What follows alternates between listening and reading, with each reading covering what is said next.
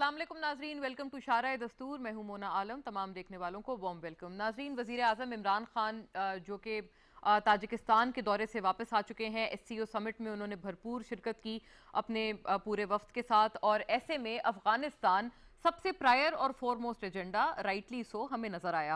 RT को दिया हुआ वजीर आजम इमरान खान का इंटरव्यू भी इन तमाम अहवाल से खासा काबिल गौर है, जिसमें काफ़ी मायने खेज गुफ्तगू इमरान खान साहब ने की है प्राइम मिनिस्टर ने रिगार्डिंग अफगानिस्तान। और हैविंग सेड दैट नाजरीन, उसके ऊपर तो हम आएंगे, लेकिन प्राइमरीली जो असल बात है वो ये है कि अफगानिस्तान में चूंकि तालिबान लेड गवर्नमेंट, जिसको वो अभी भी अबूरी हुकूमत कहते हैं, यानी कि काफ़ी चीज़ें उन्होंने अभी भी फाइनल करनी है, उसको इंटरिम कहा जा रहा है, और उसमें इंक्लूसिविटी का वादा तालिबान ने खुद किया है।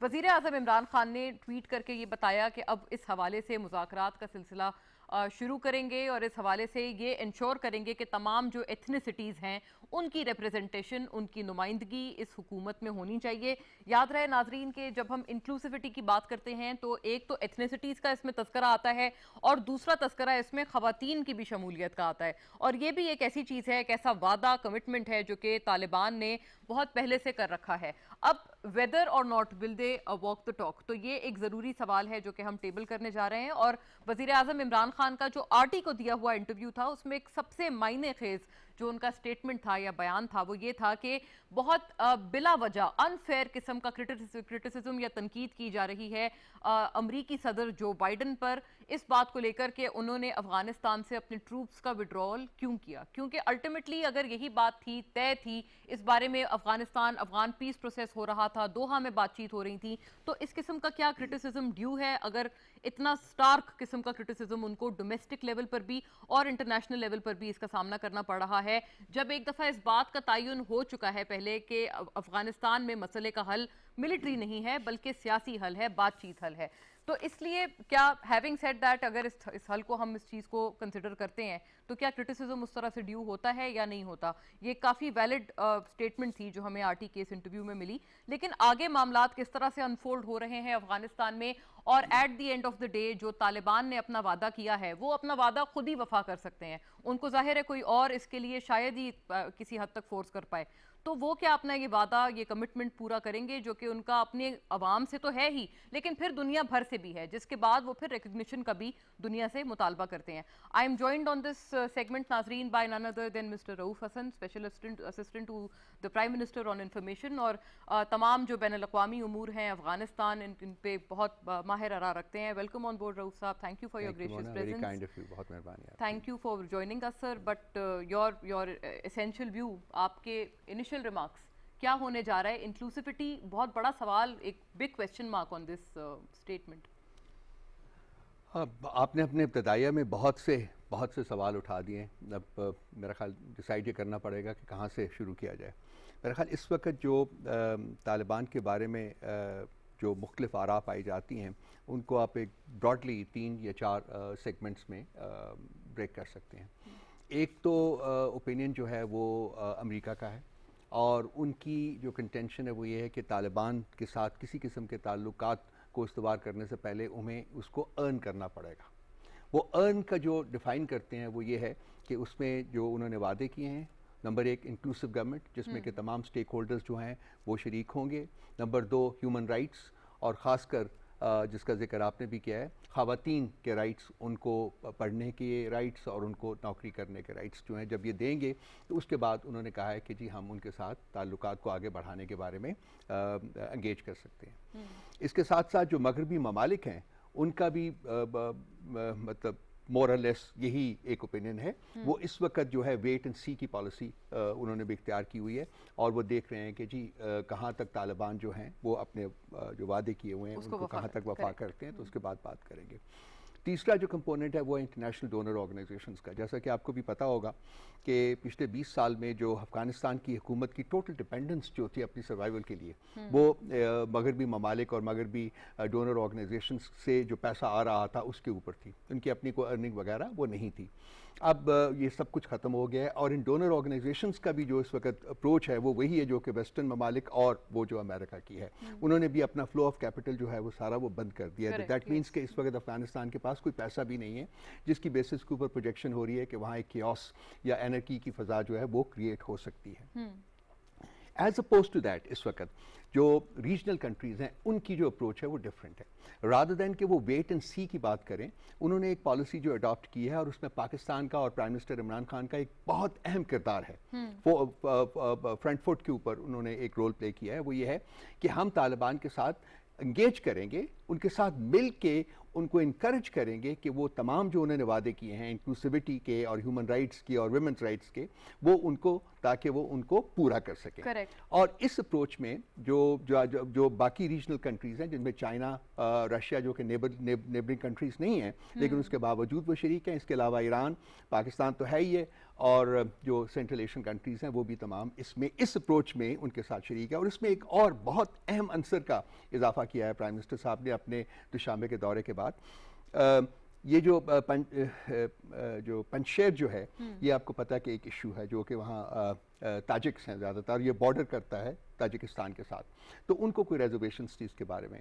और प्राइम मिनिस्टर इमरान खान ने एक स्पेशल इनिशिएटिव जो है उसके बारे में बात की है कि हम चाहेंगे कि जो तालिबान की हुकूमत है उनके साथ हम मिल बैठे और बात करें ताकि ये जो पंजशेर का मसला है उसको भी एक इंक्लूसिव तरीके से हल किया जा सके। हालांकि आज पंजशेर के ऊपर तालिबान का मुकम्मल कंट्रोल है और वो वहाँ जो सो कॉल्ड रेजिस्टेंस मूवमेंट थी वो फिजल आउट कर चुकी है, वो लोग सब लोग भाग चुके हुए हैं। उसके बावजूद प्राइम मिनिस्टर इमरान खान ने और ताजिकिस्तान के सदर ने मिल के ये इनिशिएटिव लिया है कि जी हम इस मसले को भी बातचीत के जरिए हल करना चाहेंगे ताकि ये जो इंक्लूसिव हुकूमत बने इसमें लिटरली तमाम स्टेक होल्डर्स मौजूद हों। और इस वक्त अफगानिस्तान की नीड भी ये है, ना तो इसको बाहर से कंट्रोल किया जा सकता है जैसे कि प्राइम मिनिस्टर इमरान खान साहब ने कहा है, और ना ही कोई एक पॉलिटिकल पार्टी वो चाहे जाए कि वो तालिबान हो या कोई और हो। इस वक्त जो अफगानिस्तान के मसाइल हैं वो इतने गंभीर हैं कि तमाम को एक कलेक्टिव एफर्ट मिलकर करनी पड़ेगी ताकि अफगानिस्तान के मसलों को एड्रेस किया जा सके और इसको आगे ले जाया जा सके। अच्छा Rauf sahab, the last we spoke with you, जब आपसे बात हुई थी वो बिल्कुल इनिशियल डेज थे जब ये फॉल ऑफ काबुल वगैरह, पंजशीर उस वक्त नहीं इन्होंने विन किया था तालिबान ने, लेकिन ये कि उस वक्त पाकिस्तान की स्ट्रैटेजी ये थी कि वेट एंड सी, हमारी भी यही अप्रोच थी कि हम देखेंगे। अब सर क्या वाइब्स हैं इस बारे में? ऑब्वियसली इस पे कोई ऑफिशियल तो अभी सो फार स्टेटमेंट नहीं है, लेकिन पाकिस्तान को क्या करना चाहिए ideally speaking in your view, और पाकिस्तान क्या कर रहा है? I mean are they inclining towards recognizing Taliban sooner than the western world now? इसमें दो चीज़ें, दो कंपोनेंट्स हैं। ये एक बड़ा ही गंभीर किस्म का सवाल है और इसका कोई स्टेट यस और नो में जवाब देना बड़ा मुश्किल है इस वक्त। इसमें जो है, एक तो ये है कि जैसे कि मैंने पहले अर्ज़ किया है कि एक एंगेजमेंट की पॉलिसी है जिसमें कि नेबरिंग कंट्रीज़ एंड ब्रॉडली जो रीजनल कंट्रीज़ हैं उनके साथ सबके साथ मिलकर तालिबान की हुकूमत के साथ एक नेगोशिएशन है वो की जा रही है ताकि उनको इनकरेज किया जाए अपने जो प्रॉमिसेस हैं उनको फुलफिल करने का। ये एक है। अब ये रहता है कि क्या हम जो रिकग्निशन का है एलिमेंट, और ये बहुत अच्छी अप्रोच है, ये बहुत अच्छी, इसमें तमाम ममालिक जो हैं वो शामिल हैं और एक कलेक्टिव अप्रोच है।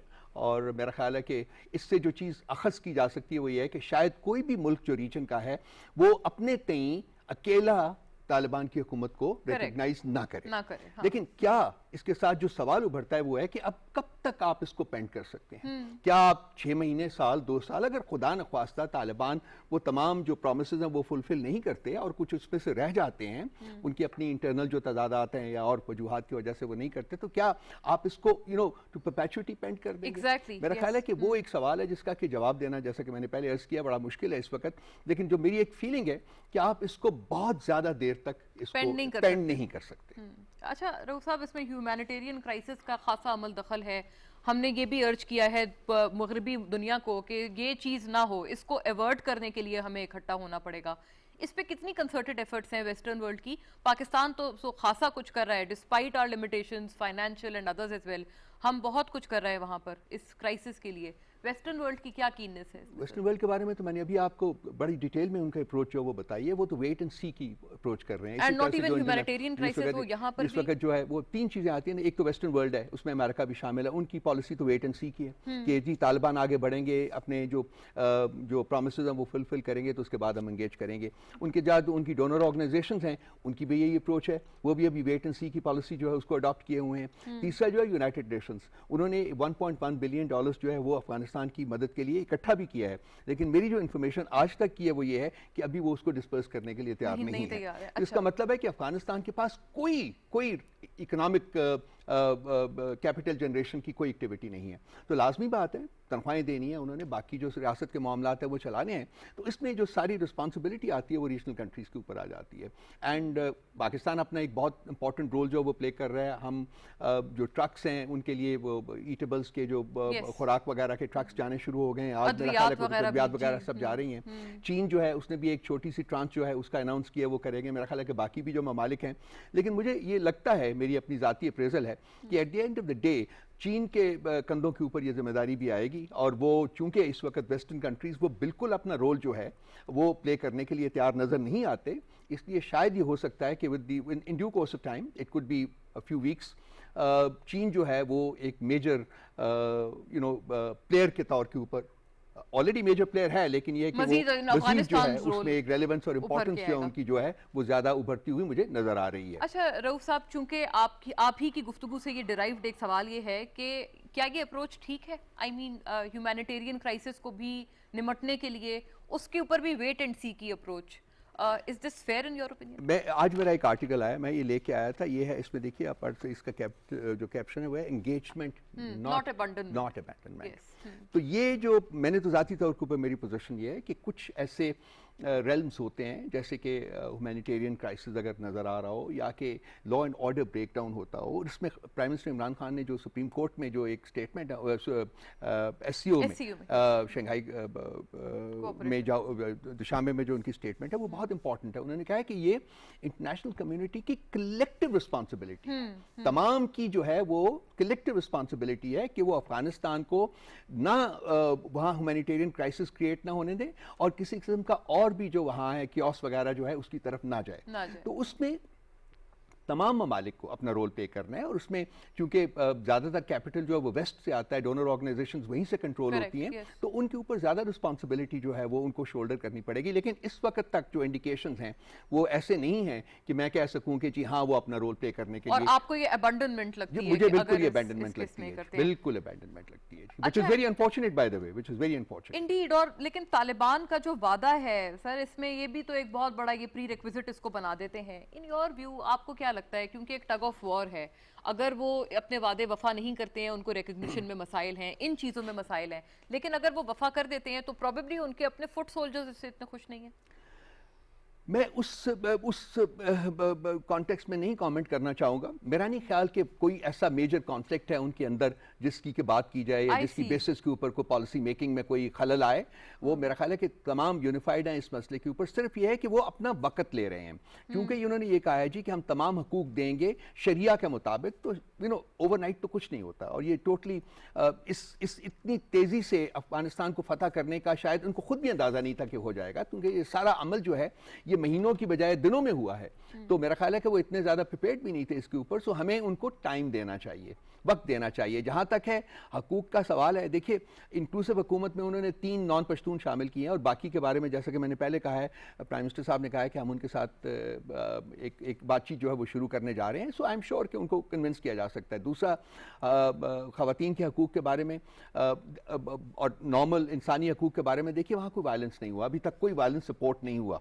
जैसा कि लास्ट टाइम हुआ था जब वो आए थे 1996 से लेके 2001 तक वो रहे हैं, तो वो एक वायलेंस डेली रिपोर्ट हो रहा था। इस वक्त तक कोई वायलेंस जो है वो वहां से रिपोर्ट नहीं हुआ।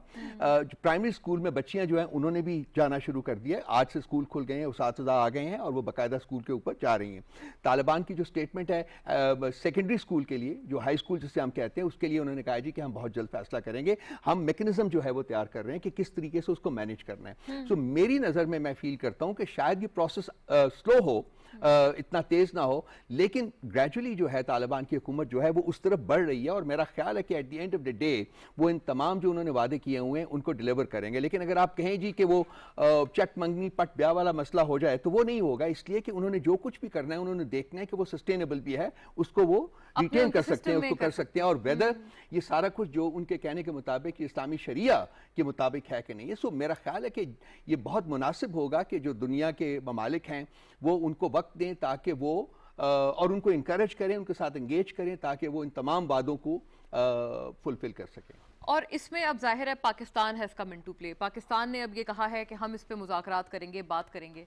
सर आपको नहीं लगता है इसमें एक किस्म का जो क्रिटिसिज्म है वो हमारी तरफ गालिबन ये कि और मजीद लेवल होना शुरू हो जाएगा कि जी आपकी क्या, आपको लेवरेज हासिल है विद द तालिबान, और फ्रैंकली स्पीकिंग कि हमें कोई लेवरेज हासिल है भी या नहीं, कि अगर हम इसमें एफर्ट डालते हैं विल दे बी कन्विंस्ड? देखिए ये एक पाकिस्तान की स्टेट पॉलिसी है। हमने हमेशा कहा है कि जी हमारा थोड़ा बहुत इन्फ्लुएंस उनके ऊपर है, लेकिन वो इन्फ्लुएंस इस किस्म का नहीं है। हम उनको रिक्वेस्ट कर सकते हैं, उनको परसुएट कर सकते हैं, लेकिन वो इन्फ्लुएंस ये नहीं है कि हम उनको ऑर्डर कर सकें। और ये बात उन्होंने भी कही है कि हमें कोई डिक्टेट नहीं कर सकता। हमें कोई डिक्टेट नहीं कर सकता। पाकिस्तान ने ये हमेशा कहा है कि जी, और हमने उस इन्फ्लुएंस का इस्तेमाल भी किया है मोना। हमने उसमें जो अमेरिका के जो नेगोशिएशंस हुए तालिबान के साथ, वो किसने फैसिलिटेट किए? पाकिस्तान ने किए। उसके बाद जो इंटर अफगान डायलॉग जो था वो किसने इनिशिएट करवाया? पाकिस्तान ने करवाया। तो इस इन्फ्लुएंस की रिफ्लेक्शंस और मैनिफेस्टेशंस तो ऑलरेडी आपके पास मौजूद है ना। लेकिन अगर आप ये फील करते हैं या दुनिया ये समझती है कि जी आप उनके सर के ऊपर हथौड़ा लेके खड़े हो जाएं और उन्हें कहें जी कि हम आपको सर तोड़ देंगे अगर आप ये काम नहीं करेंगे, तो वो काम नहीं होगा। और आपसे ये भी एक्सपेक्टेशन है कि वहां पर कोई भी चीज अगर थोड़ी सी भी इधर से उधर हो तो आपकी तरफ से कंडेमनेशन भी आए, फिर ये भी एक्सपेक्टेशन? वो तरीका नहीं है। हमारी policy is policy of engagement. Our policy is a policy of working with the government, not ये कि जी हम उनको डिस्करेज करें या उनको गालियां दें, उनको ये करें या वो करें। वो नहीं होगा। ये वेस्ट की पॉलिसी हो सकती है, लेकिन कम से कम रीजनल कंट्रीज की इंक्लूडिंग पाकिस्तान, बल्कि लेड बाय पाकिस्तान, ये पॉलिसी नहीं है। हमने पहले दिन से कहा है कि हम तालिबान के साथ शॉर्ट ऑफ रिकग्निशन हम उनके साथ एंगेज करेंगे। Fair enough. अच्छा रऊफ साहब, इसमें जाहिर है प्राइम मिनिस्टर का एक दूसरा स्टेटमेंट जो उन्होंने आरटी को इंटरव्यू दिया, वैसे तो उसमें एक और स्टेटमेंट काफी आपने देखा है, it's all over the place on social media regarding Pervez Musharraf, लेकिन I stick to the topic कि हम ये जो यूएस विड्रॉल के हवाले से जो उन्होंने कहा है कि अनफेयर क्रिटिसिज्म हो रहा है ये जो बाइडन पर कि उन्होंने क्यों अपने ट्रूप्स को विड्रॉ कर लिया।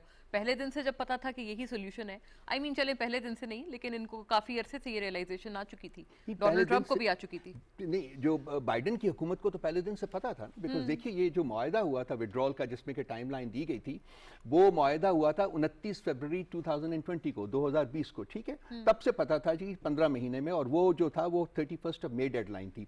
बाइडन साहब ने आके उसको एक्सटेंड किया है बाय 3 मंथ्स। उन्होंने कहा जी कि हम 31 अगस्त तक, मई, जून, जुलाई एंड अगस्त, 3 मंथ्स तक उन्होंने उसको एक्सटेंड किया है। वो एक्सटेंड करने का भी जो बेसिक मकसद किसी की समझ में आता है या मेरी समझ में आता है, वो ये था कि जी उसके लिए तैयारी की जा सके, प्रॉपर तैयारी की जा सके। अब हुआ क्या है, प्रॉब्लम क्या हुआ है? प्रॉब्लम यह हुआ है कि लोग जितनी भी प्रोजेक्शंस थी मोना तालिबान की जीत के बारे में, ये तो प्रोजेक्शन कॉमन थी कि हाँ ये ले लेंगे, at the end of the day ये अफगानिस्तान के ऊपर कंट्रोल हासिल कर लेंगे। लेकिन किसी प्रोजेक्शन का ये हिस्सा नहीं था कि 15 दिन में ही हो 15 दिन में, करेक्ट, ठीक है। ये बेसिक एक इशू था, इसके लिए हम भी तैयार नहीं थे, तालिबान खुद भी तैयार नहीं थे।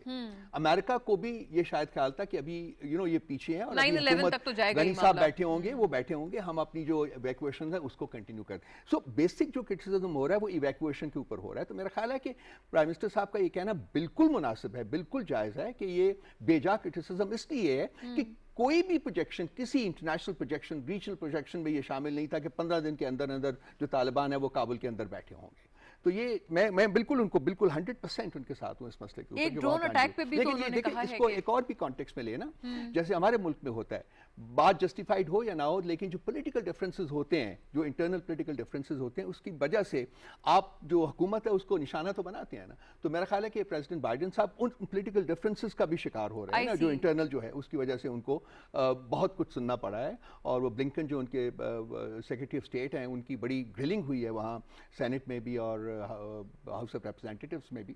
तो ये है, दिस इज ये मौजूद है बिल्कुल। लेकिन सर थोड़ा सा तो देना चाहिए उनको, मेरा ख्याल है, लेवरेज, क्योंकि काफ़ी चीज़ें उन्होंने जैसे जिस तरह से वो तेज़ी में गए, आई मीन उन्होंने अपने पेट डॉग्स डिजर्ट किए वहाँ पर और फिर यहाँ पहुँचे वो लोग, तो इधर पहुँच के भी आपने देखा कि I mean Pakistan has help them in magnanimous manner, जिस तरह से हमने उनकी इनकलाब में मदद की मुझे है। कुछ और कहने को जी चाह रहा है, मैं कह देता हूँ, कोई नहीं। कि देखिए पाकिस्तान वैसे तो उनके हज़ार लोग जो हैं उनको यहाँ ला के ठहराने में और उनको जहाज़ों पे चढ़ाने के लिए बहुत महफूज है, लेकिन न्यूजीलैंडर्स के लिए हम महफूज नहीं है और उनकी टीम जो है वो लास्ट मोमेंट के ऊपर चली जाएगी। बड़े कॉन्ट्रडिक्शंस हैं इनकी, जब वेस्टर्न वर्ल्ड की जो अप्रोच और उनके एटीट्यूड्स हैं उनको इवेलुएट करते हैं तो बहुत सी इनहेरेंट सर आपने बात करी दी है तो इस पर फिर मजीद बता दें, do you see this as a part of the greater game? आपको लगता है या आपको लगता है कि उनका स्ट्रिक्टली सिर्फ सिक्योरिटी बेसिस पर ही उनका किया गया? मैं कंस्पिरेसी थ्योरीज में बिलीव नहीं करता हूं, लेकिन बड़ी अनफॉर्चुनेट चीज थी जिस तरीके से उन्होंने ये किया है, जो तरीका, जो मतलब जो हेस्ट के साथ बगैर शेयर किए गवर्नमेंट ऑफ पाकिस्तान के साथ, अगर उनके कंसर्न्स थे तो वो गवर्नमेंट ऑफ पाकिस्तान के साथ शेयर करती, पीसीबी के साथ करती,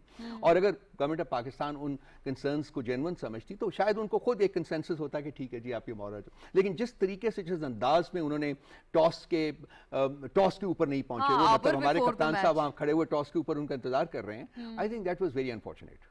सर ये ड्रोन अटैक भी तो माना है अब, I mean just before the exit, तो ये चीजें भी हमारे सामने हैं, तो how do you see this? अब इसके ऊपर भी जाहिर है यहाँ पर भी एक रिएक्शन आएगा, जाहिर है एक यूएस की तरफ से तो रिएक्शन है ही, उनको भी लगता है कि उन्होंने जिस तरह से इनखिला कराया है, इतना जानी नुकसान, माली नुकसान, और अब उस पर करप्शन की बातें हम कर रहे हैं कि at the hands of x Afghan government, तो वो थोड़ा सा मैं कह रही हूँ कि लेजिटिमेसी दे सकते हैं ना हम उनको। दो बातें आपने कर दी ना, एक तो आपने ये ड्रोन अटैक्स की।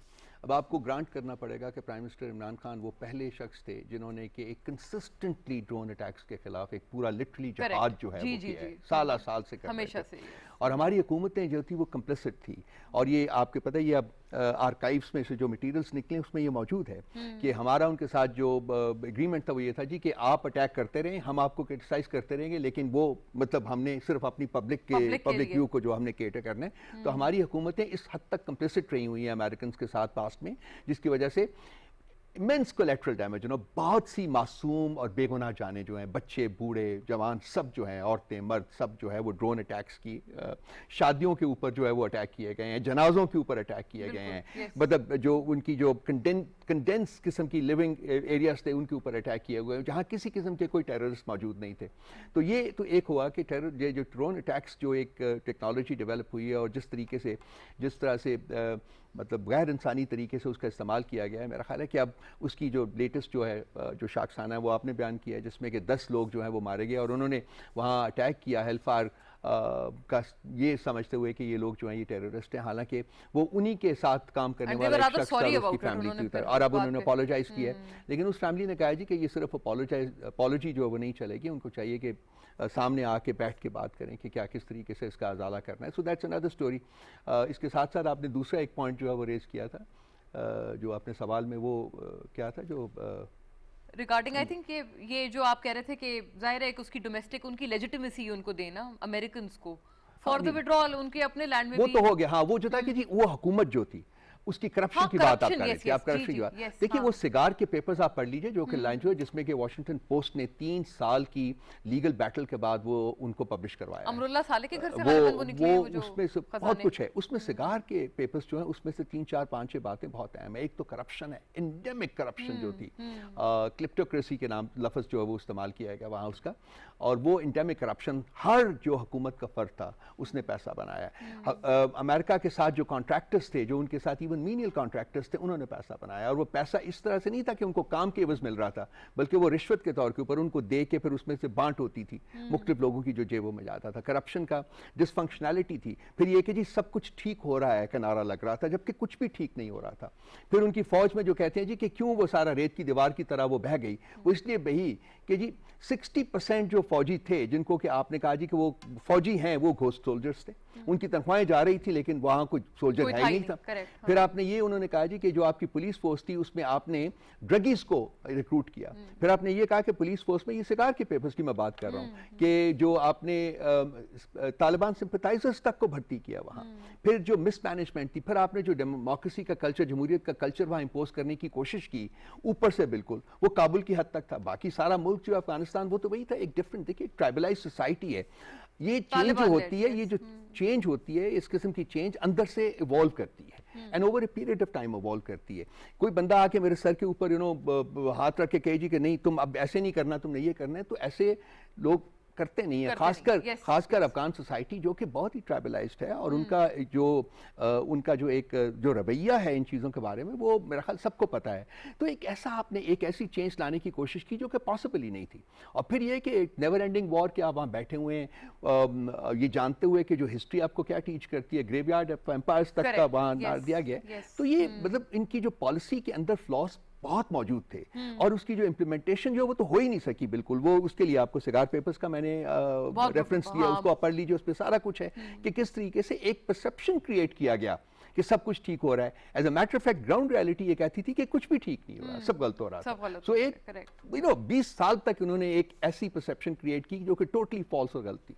और ये भी जाहिर है ये एक चीज़ मजीद उनके क्रिटिसिज्म को ये लेजिटिमाइज करती है कि अब उनको क्या पता नहीं था 20 सालों से ये मामला चलता रहा। लेकिन खैर Rauf sahab, I have run out of time on this segment, but very grateful कि आपने हमें ज्वाइन किया। एंड नाजरीन, a very insightful talk with mister Rauf Hasan.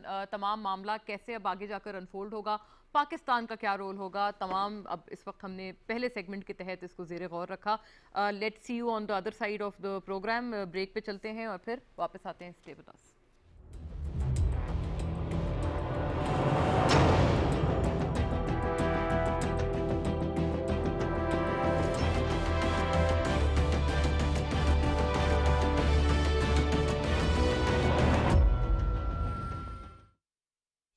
एहसास कफालत प्रोग्राम से मुस्तफीद होने वाले खानदानों के लिए तालीमी वज़ाइफ का इजरा। नर्सरी तक 12वीं जमात। लड़कियों का वजीफा लड़कों से ज्यादा। लड़कियों के लिए प्राइमरी तालीम मुकम्मल करने पर 3000 रुपए बोनस भी। रजिस्ट्रेशन के लिए बच्चों के हमरा उनका नादरा बे फॉर्म, तालीमी इदारे में दाखिले के तस्दीक शुदा फॉर्म समेत नजदीकी दफ्तर तशरीफ लाएं। तालीमी वज़ाइफ के लिए अपनी अहलियत जानने के लिए हमारा वेब पोर्टल विजिट करें। एहसास हुकूमत पाकिस्तान।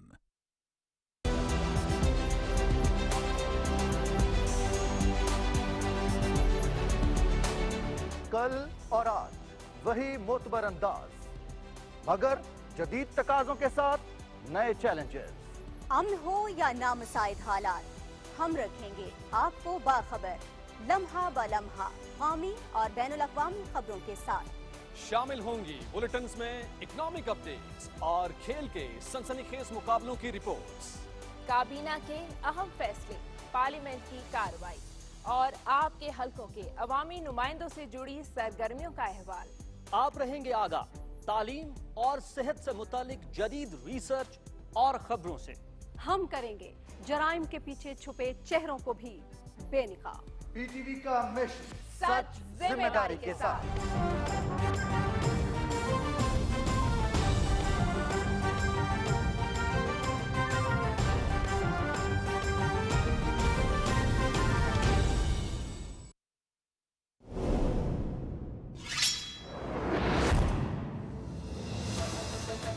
तुर्कों का मकसद अब आजाद रियासत का कयाम है, जो हर सूरत पूरा होगा। चलो भाइयों, पीछा करें इसका। अगर कोई अफरा तफरी हुई तो हम उसे ठीक करना जानते हैं। और तुरुल को रियासत के अंदर कुछ ताकतें पसंद नहीं करती। फर्ज किसी का इंतजार नहीं करता, हमारी जो जिम्मेदारी है पूरी करेंगे। अगर मुजरिम आपके कबीले के नहीं है तो जल्द तलाश करें असल मुजरिम को। इन पर हमला तुमने किया है। सरदार हूँ इस इलाके का मैं। मुजरिमों को तलाश करूंगा और सजा भी दूंगा उन्हें।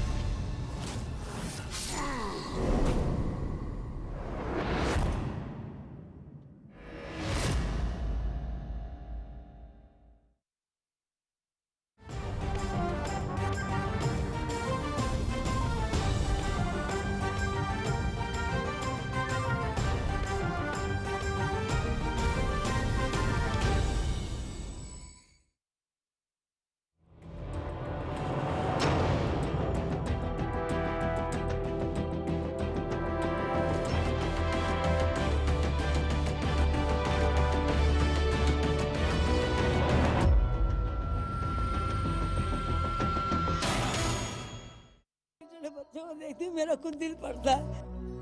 हमें नहीं पता, हमें इंसाफ चाहिए बस।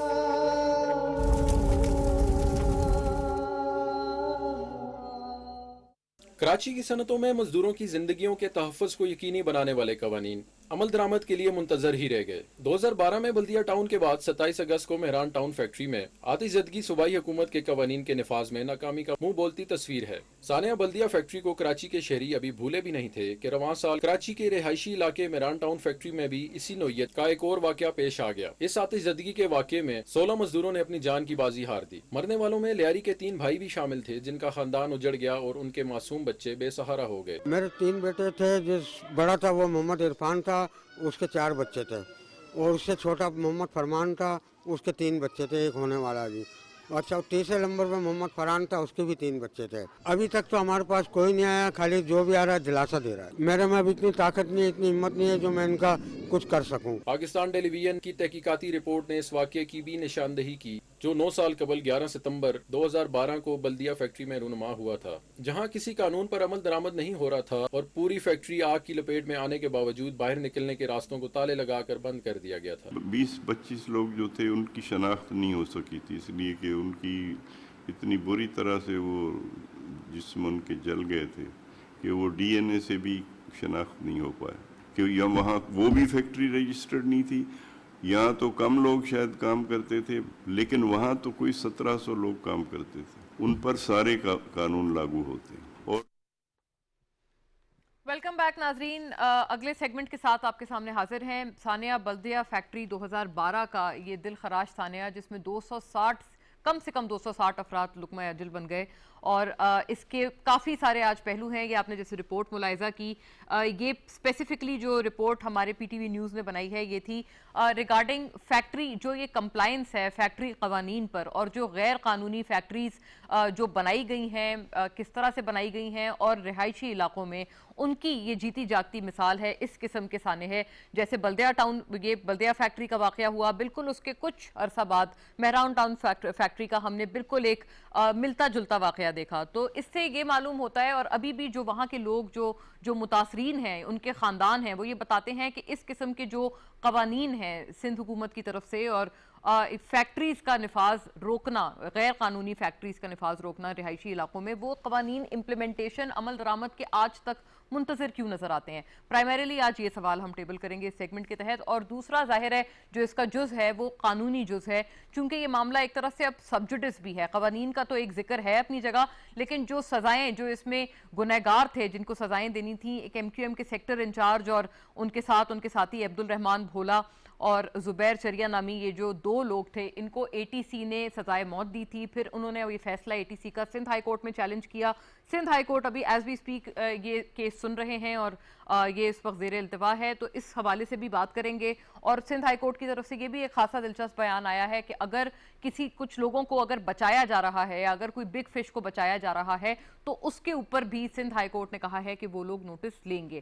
खैर, एज वी स्पीक ये मामला सब्जुडिस है। दोनों पहलुओं पर बात करने के लिए हमें इस सेगमेंट में ज्वाइन कर रहे हैं barrister Haider Zaman Qureshi, Pakistan peoples party के स्टॉलवर्ड, बजरिया स्काइप हमारे साथ हैं, और जनाब आलमगीर खान, मेंबर कौमी असेंबली पाकिस्तान तहरीक इंसाफ से कराची से हमारे साथ बजरिया स्काइप हैं। दोनों हजरात को बहुत वार्म वेलकम, खुश आमदीद। बैरिस्टर साहब, आपसे बात का आगाज़ करना चाहती हूँ, बताइएगा ये जो फैक्ट्री कवानीन है, वैसे तो इस पूरे सेगमेंट के बाद हमें सिंध हुकूमत से एक वजीर ज्वाइन करेंगे आपकी जमात से, उनसे हम ये ज़्यादा वैलिड ये सवाल पूछेंगे, लेकिन आप अगर इसमें कुछ बताना चाहें तो बताइए नाजरीन को हमें कि ये क्यों ये लोग शिकायत कर रहे हैं कि ये जो अमल दरामद है फैक्ट्री कवानीन पर, इनके सेफ्टी, इनके प्रिकॉशंस पर, कि कहाँ पर फैक्ट्रीज कायम हो सकती हैं, कहाँ नहीं हो सकती, उनके ऊपर अब तक अमल दरामद क्यों नहीं है और ये शिकायत क्यों मौसूल हो रही है?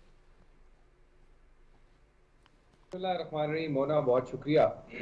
देखिए, ये 2 सब्जेक्ट्स हैं बिल्कुल डिफरेंट, और आपकी रिपोर्ट में अनफॉर्चुनेटली 2 मुख्तलिफ चीज़ों को क्लब किया गया है। मेहरान टाउन फैक्ट्री जो है, फायर जो है, वो एक एक्सीडेंट है, और जहाँ पे इंडस्ट्रियल रिलेशंस के कवानीन और फैक्ट्रीज एक्ट बिलखसूस उसकी अगर कोई वायलेशन हुई है या लोगों ने खुद साख्ता रेजिडेंशियल एरियाज में बनाई हैं और उसकी मॉनिटरिंग नहीं हुई और वहाँ पे कोई नेग्लिजेंस हुई है, उस पर तो यकीनन सिंध हुकूमत का मुतलका डिपार्टमेंट जिम्मेवार भी है, और मैं समझता हूँ कार्रवाई भी उन्होंने की होगी और हो भी रही है।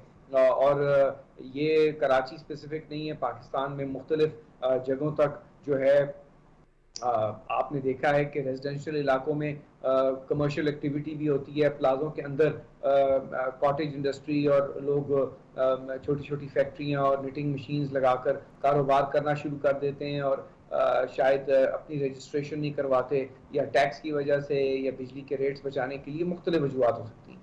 जहाँ तक आपने बल्दिया फैक्ट्री की आपकी रिपोर्ट में बात हुई, देखिए बल्दिया फैक्ट्री एक एक्सीडेंट है, एक सॉर्ट ऑफ एक्टिविटी है जो दीदा दानिस्ता तौर पर की गई उस वक़्त की भट्ठा माफिया, और ये बात डॉक्यूमेंट पे है और 264 लोगों को वो तो बिल्कुल एक्ट ऑफ टेररिज्म है बल्दिया फैक्ट्री जी।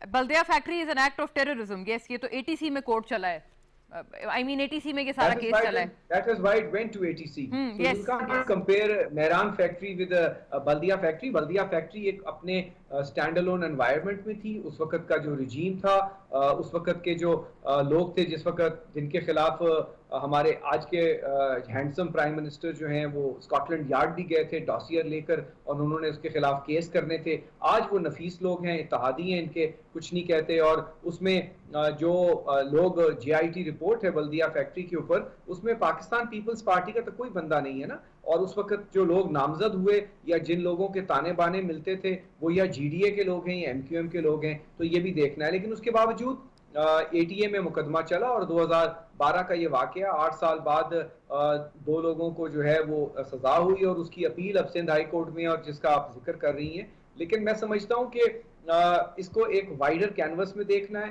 हमें अपने कवानीन को बेहतर भी करना है। और सिंध हुकूमत ने सबसे ज़्यादा इंडस्ट्रियल रिलेशन के कवानीन और फैक्ट्रीज और लेबर और एम्प्लॉयर्स के दरमियान जो उनके मामलात हैं और फेडरेशन ऑफ जो हैं एम्प्लॉयर्स एंड जो आपकी जो लेबर यूनियंस हैं, सबके साथ बैठकर सबसे ज़्यादा अगर लेजिस्लेशन हुई है तनख्वाहों में, उनके बेनिफिट्स में, वर्कर्स मैन कॉम्पनसेशन एक्ट के बीच में, अगर सिंध ने वाहिद सूबा है जिसने सबसे ज़्यादा लीड किया और बाकी प्रोविंसेस ने अभी बहुत लेजिस्लेशन इसमें करनी बाकी है। लेकिन अगर आप ये कहें कि ऑल इज वेल तो वो तो कहीं पे भी नहीं हो सकता। तो मैं समझता हूं कि इसकी और ये कंपेरेबल बैरिस्टर साहब हम इसी सेंस में कह रहे थे कि दोनों आप बिल्कुल सही कह रहे हैं, एक एक्ट ऑफ टेररिज्म है, एक एक्सीडेंट है, लेकिन कंपेरेबल और जो कदर मुश्तरक है दोनों वाकयात में वो ये है कि रिहायशी इलाकों पे इनको कायम किया गया था। This is the point. मैं इसकी तरफ लौटती हूँ आपकी तरफ कि आप मजीद इलाकों में आप जरूर वो एनफोर्समेंट का एरिया मैं लौटती हूं इस पे बैरिस्टर साहब, अलाउ मी। मैं जरा बैठे हुए अगर आप मिसाइल मार दें और उसका घर जला दें या बलवा कर दें, या किसी को दुकानदार को जो बैठा है अपनी दुकान में अपना काम कर रहा है उसके ऊपर आप दंगा फसाद करके गुंडे डाल दें और आग लगा दें और उनको उनके सारे कुंबे को जला दें, तो हाँ मैं बिल्कुल, लेकिन ये कि ये इन कवानीन की कंप्लाइंस, इसके ऊपर मैं लौटती हूँ आपकी तरफ। मैं मीनवाइल आलमगीर साहब से भी उनका इनपुट लूँ। जी आलमगीर साहब, आपका क्या इस पे ख्याल है? ऐसे तो है दोनों वाकयात मुख्तलिफ इस सेंस में हैं, ठीक है, एक एक्ट ऑफ टेररिज्म है, एक एक्सीडेंट है, लेकिन ये कदर मुश्तरक है। और आप बहैसियत कराची आइट आप जरा हमें बताएं कि वहां पर ये जो कवानीन है फैक्ट्रीज के निफाज के हवाले से, उनमें क्या कोई बेहतरी आई है दो इतने संगीन किस्म के वाकयात के बाद? देखिए, इन्होंने ठीक कहा कि ये दोनों वाकयात मुख्तलिफ हैं, अलग अलग हैं, लेकिन दोनों में यकसा चीज ये है कि हमें सूबाई हुकूमत, इनके इदारे कहीं नजर नहीं आए। इस हर कोई इंडस्ट्री कायम होती, उसके सेफ्टी प्रोटोकॉल्स होते, उसके इदारों की अप्रूवल्स होती, इदारा अगर कोई ऐसा वाकया जन्म लेता, इदारा रिस्पॉन्ड करता, ऐसा कुछ भी नहीं हुआ वहां पे। आज हर जो है रेजिडेंशियल एरिया में कमर्शियल एक्टिविटी हो रही, इंडस्ट्रीज कायम की हुई हैं, इनके इदारे वहाँ पैसे लेते हैं, पैसों पे इनको जाली अप्रूवल्स मिल जाती। यही वजह है कि वो कोर्ट में इस पर केस चला। 60,000 से ज्यादा बिल्डिंग्स इलीगल हैं जो सिंध बिल्डिंग कंट्रोल अथॉरिटी ने अप्रूव की हुई है। हर बिल्डिंग के स्ट्रक्चर, आप यही वजह है ओल्ड सिटी एरिया में ये पुरानी बिल्डिंग्स गिर जाती हैं, अक्सर वाकयात मीडिया रिपोर्ट करता, और वो क्या होता है कि इनके इदारे जाली अप्रूवल्स दे रहे होते हैं उनको। बल्दिया फैक्ट्री का वाकया, इन्होंने कहा कि वो MQM पाकिस्तान इनकी इत्तेहादी, बिल्कुल ठीक है, MQM पाकिस्तान हमारी इत्तेहादी है, लेकिन अल्ताफ हुसैन आपका इत्तेहादी था उस वक्त जब ये वाकया पेश आया। जब ये वाकया पेश आया वो आपके इत्तेहाद में बैठे हुए थे उस दिन। और ये जब वाकया जन्म लेता, सबसे अफसोसनाक चीज ये, अभी मेहरान टाउन वाले वाकये में आपके इदारे रिस्पॉन्ड ही नहीं कर पाते, कोई रेस्क्यू सर्विस ही नहीं है कि इस किस्म के हालात मामलात पर कोई फौरी वहां पर एम्बुलेंस हो, कोई रेस्क्यू टीम्स हो, कुछ है ही नहीं शहर में। पूरे मुल्क में, पंजाब में, केपीके में रेस्क्यू 1112 जैसी सर्विस हमें नजर आती, फायर ब्रिगेड का अमला होता जो लोगों को रेस्क्यू करते, एम्बुलेंस सर्विस होती।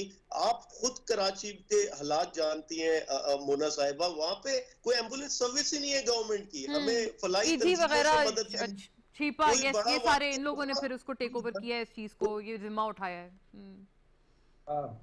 मोना, आलमगीर साहब कराची से हैं और यकीनन कराची के हालात को जानते हैं।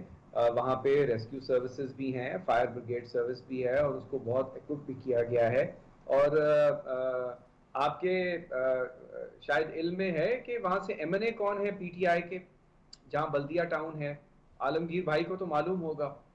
आपके नॉलेज में है कि पीपल्स पार्टी ने तो खैर वहाँ डिलीवर नहीं किया बकौल ये इलाका बैरिस्टर साहब फैसल वाडा साहब के पास था, लेकिन फिर जब से उन्होंने ये चीज छोड़ी है, जब से उनके पास से ये सीट गई है, फिर अब वहां पर कादिर मंदोखेल साहब हैं जिन्होंने कंटेस्ट किया था अगेंस्ट। अगर पाकिस्तान पीपल्स पार्टी ने वहां पे काम ना किया होता, डिलीवर ना किया होता 3 साल में, और अगर हमारी इस तरीके से गवर्नेंस होती और उन लोगों के साथ हमने दाद रसी ना की होती, तो क्या कादिर मंदोखेल साहब जीतते? ना जीतते। तो हमने वहां बेहतर काम किया है, हम और जगह भी कर रहे हैं। हम कोशिश कर रहे हैं साइट एरिया और दीगर जो इंडस्ट्रियल एस्टेट्स हैं, कराची में 6 इंडस्ट्रियल एस्टेट्स हैं, सब में इंफ्रास्ट्रक्चर को बेहतर करें ताकि जो लोग रेजिडेंशियल एरियाज में हैं वो अपने आप को रीलोकेट करें। लेकिन जहां आलमगीर साहब ने बहुत माशाल्लाह नफीस आदमी है, मैं इनके गोश गुजार कर दूं, सिंध बिल्डिंग कंट्रोल अथॉरिटी पे तो इन्होंने बात की, इनके गोश गुजार कर दूं, इनका रावी रिवर प्रोजेक्ट, इनका बिजनेस सिटी प्रोजेक्ट लाहौर में सेंट्रल, जो दोनों वजीर आजम साहब ने जिसको इनॉग्रेट किया, पूरे एलडीए के बायलॉज इनकी हुकूमत में चेंज कर दिए गए हैं। लाहौर पूरे को कमर्शियल कर दिया गया है। वहां घर बनाने के लिए तो इजाजत लेना पड़ती है, लेकिन हर घर में आप जो है 10 मरले से लेके जो है आप 5 मरले के ऊपर भी जो है ना 20 स्टोरी बिल्डिंग बना सकते हैं। तो आपने कहीं कोई कब्रिस्तान भी शायद नहीं छोड़ा, वहां पे भी आप प्लाजा खड़ा कर सकते हैं या फैक्ट्री खड़ी कर सकते हैं। जो ये मैं सवाल आलमगीर साहब से करती हूँ, लेकिन आई डोंट नो कि उनको वो वाकफियत होगी लाहौर के हवाले से। चेक कर सकते हैं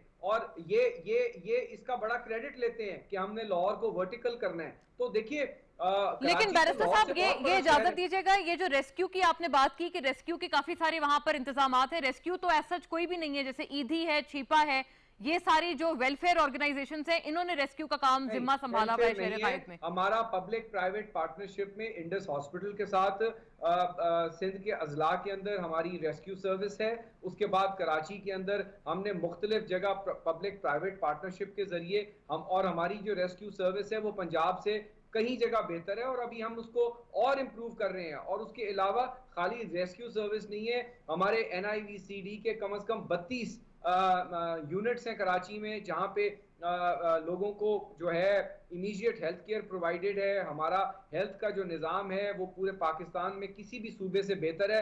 ये एशियन बैंक कहता है, ये वर्ल्ड बैंक कहता है, आप शायद उसको ना तस्लीम करें, लेकिन फिर भी मैं समझता हूँ इतना बड़ा मेट्रोपॉलिटन शहर है जिसकी आबादी 3 करोड़ है और दिखाई सेंसस में 2 करोड़ गई है, और उसके मुताबिक हमें से विफाक से वफाइल मिलते हैं और ना हमें दिए जाते हैं, और हम समझते हैं कि हमें और इसको बेहतर इक्विप करना है। और लेकिन न्यूयॉर्क ले लें, लंदन ले लें, वहां पे भी कई दिन आग नहीं बुझाई जा सकती with the world best infrastructure and fire fighting equipment. लेकिन हैविंग सेड दैट, हम समझते हैं हमें और काम करने की जरूरत है। लेकिन बिला वजह ये कह देना कि जी वहाँ कुछ भी नहीं है, अगर कुछ ना होता तो फिर तो कोई भी कराची में आग ठीक है। ये जो आपने बात की ना कि जाहिर है वो कादिर मंदोखेल साहब अभी दोबारा जीते, ये मैं जरा पूछती हूँ आलमगीर साहब से। और दूसरा एक और इसके एस्पेक्ट पे आएंगे आलमगीर साहब, जैसे रऊफ सिद्दीकी का नाम आया, आपको पता है, और ये काफी एक एलिजिडली की बात की गई कि जो बिग फिश हैं या जो बड़े हैं उनको छोड़ा जा रहा है और ये सेक्टर इंचार्ज इन लोगों को पकड़ा जा रहा है जिन्होंने एग्जीक्यूट किया था।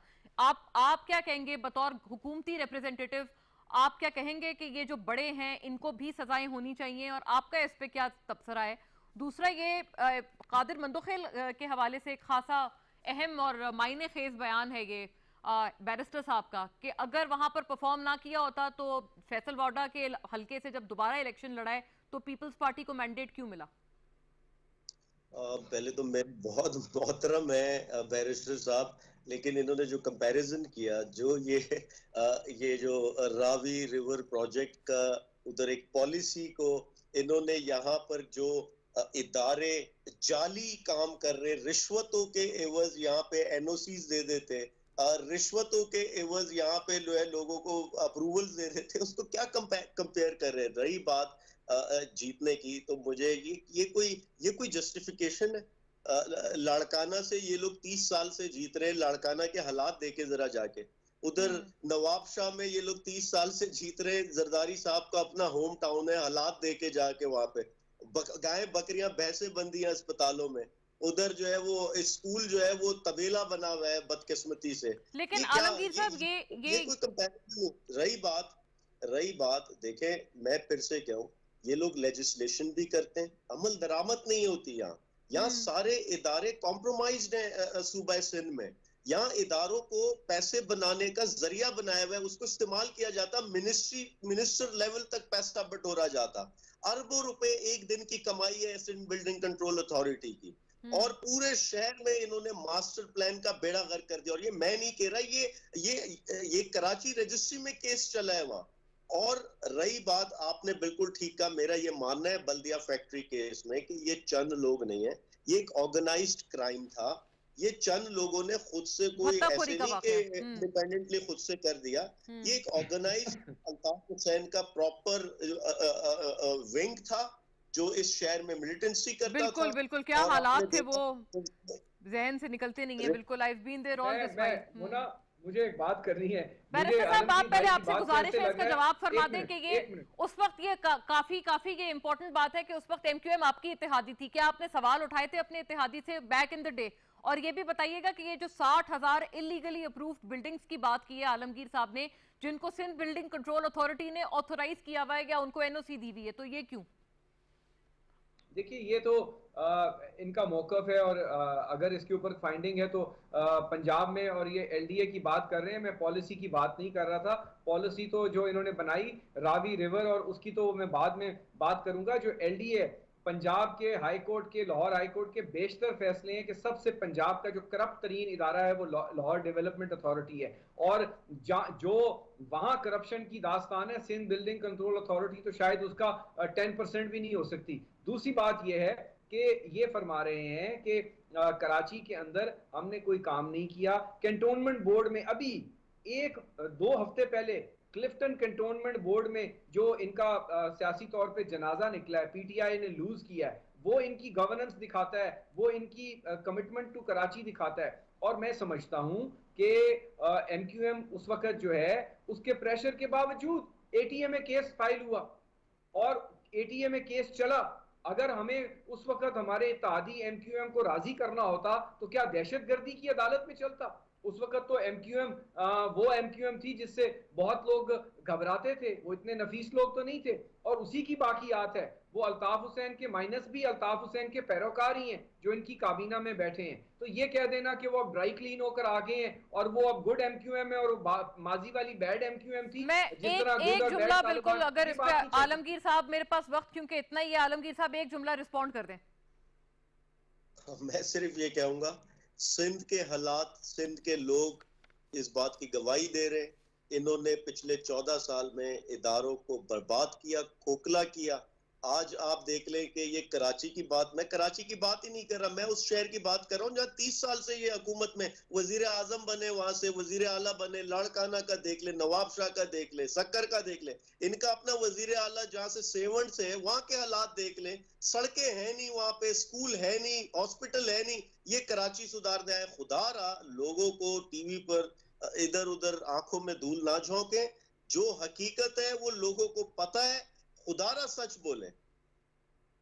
नाज़रीन, मैं वाइंड अप करूंगी, मेरे पास वक्त इतना ही था। दोनों हजरात का शुक्रिया। आलमगीर खान साहब, बैरिस्टर हैदर जमान कुरैशी हमारे साथ थे। सिंध हुकूमत से हमें इम्तियाज़ शेख साहब ने कहा था कि वो हमें वक्त देंगे, लेकिन अनफॉर्चुनेटली हमने उनको डायल किया, उनसे हमें रब्ता हमारा नहीं हो पाया। आज के लिए इतना ही। इंशाल्लाह नाज़रीन, कल आपसे फिर मिलते हैं और इसको हम बतौर developing story under our review रखेंगे in times to come. Thank you for watching. अल्लाह हाफिज़।